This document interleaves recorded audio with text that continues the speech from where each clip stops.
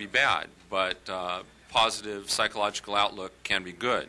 And we can weigh these one side or another as long as we like, but the bottom line is that we are yet to find out which truly is beneficial for him and which would be detrimental. Dr. Reagan, is there any sense in which he's doing this against your advice or against Dr. Ho's advice? I wouldn't say that this is either for or against anyone's advice, in the sense that what we did with Irvin was to educate him as well as we could. We pointed out the difficulties with what he was considering doing, but the ultimate decision has always been his. Our advice has been more in the form of education.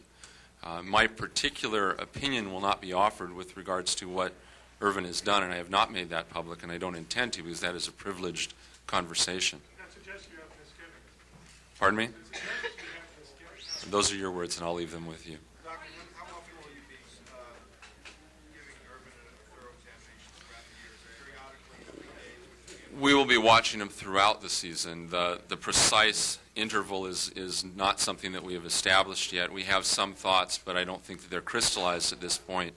And as you think about this, if things can change, then we can change, and we will adapt to whatever the needs are for the course of the season, and as we have for the course of the last 10 months.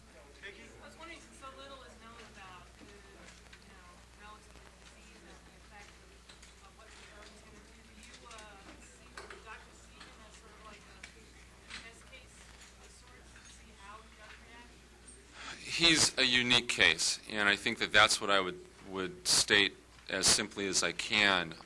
We've never done this before. We have lots of people infected with the virus, but we have never followed a professional athlete as he has decided to return to his career having been infected with the virus, and to see what evolves. It is an issue that we are going to follow very closely, and that's about the best description I can give. But the only thing I'd say is that as you look at the course of the last 10 months, what has happened is you see something that is evolving and has continued to involve every segment of society. This shouldn't be a surprise to anyone what is evolving now, and the fact that this is something new doesn't mean that this is not something serious, and that we are not taking this lightly. We're taking it as a very, very serious issue. And our follow-up of Irvin and our care for him will continue to be as aggressive as he allows us and we can possibly make it, to ensure that whatever health he has we can continue to preserve. But I don't think anyone has any false thoughts here. I think we, as Irvin has said, this is, in his words, a risk. The risk is that there may be problems. See how it evolves. There will be times that we will have discussions as to what is evolving, and we will do the best that we can. Any other medical protocol you're considering besides ACT? Any kind of massive kind of using ACT? Irvin's care has been very straightforward at this time. There is nothing that has been experimental. His condition has remained good, and we will continue to pursue that course as long as his condition remains good. If there are changes, we will perhaps change the therapy that is offered, but I wouldn't offer you any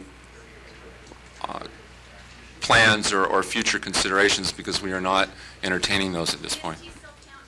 We won't discuss actual T-cell counts. There was two medical questions I've been wanting to ask, and now it's really the forum. Firstly, have you developed any kind of parameters in which, if things don't go as well, you're asking Magic to listen to his body and come to you and let you know? Or what kind of strategy has been planned?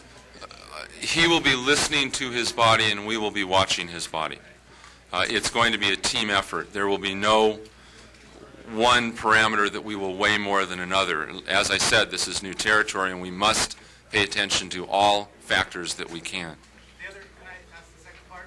The other question again, Magic said last August, I think, that his T helper cell count had risen. He said today that it's great. I'm assuming it's at the same level.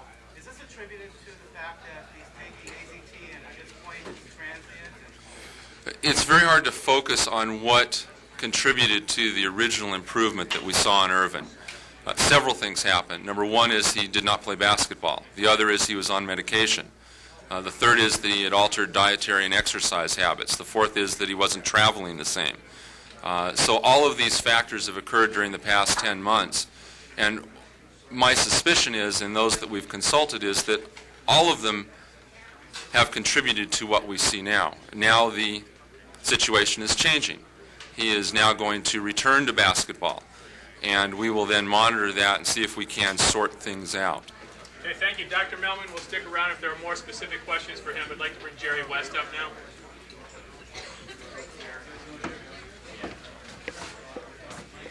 How do you feel about it, Jerry?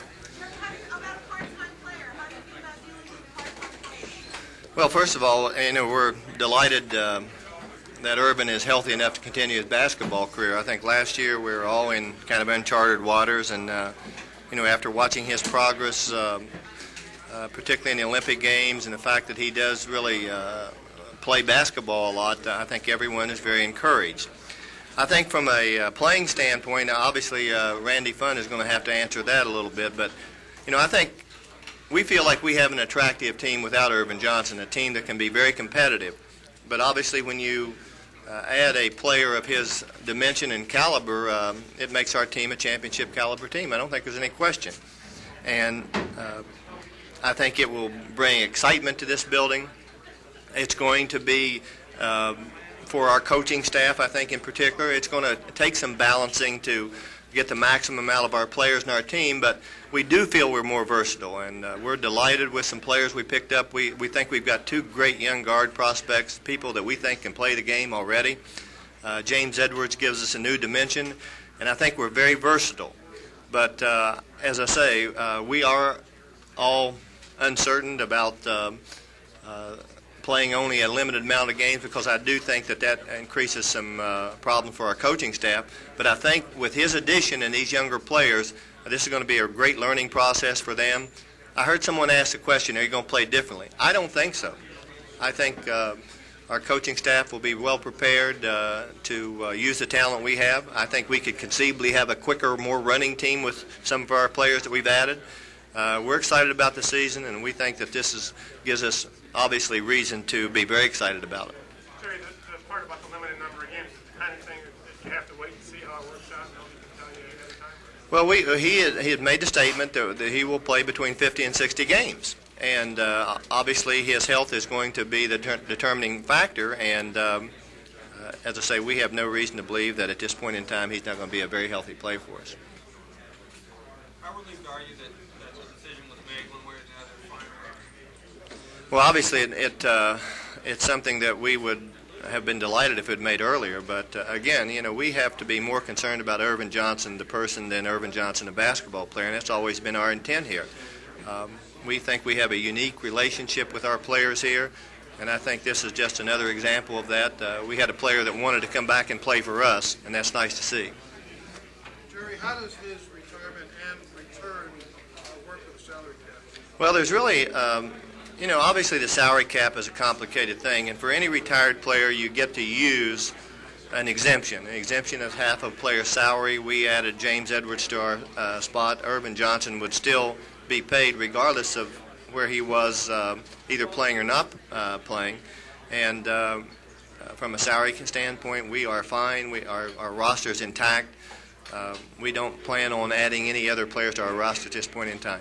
You can sign him to a large contract Well, based on the fact that he's your own player? Mitch, a player can always have a 3-year contract, regardless of what age you are. And any contract extension which Jerry, Buss, and Irvin have been talking about would be based upon that. But I want you to know this, that there was no other reason for Irvin Johnson to play basketball or make this decision. There was no additional monies involved. Jerry Buss simply was going to do something for him where he played or not. And I think it's another example of an incredible owner. Did you have to, because this decision came so late, had you structured your entire offseason expecting him not to play, and what changes have had to make now that he has decided to retire? Well, I think when we drafted it, obviously reflected the fact we didn't think he was going to play. We drafted 2 guards. The weakness of our team last year, frankly, was not our front line. It was our inability to handle the ball very well. And we've added 2 tremendous ball handlers to our team, and we think that we're very competitive, very versatile in our backcourt where we were not last year. Thank you very much. Okay, thanks very much. That's the end of the formal news conference. Jerry will still be available. Our coach, Randy Fund, right over here, is also available for interviews.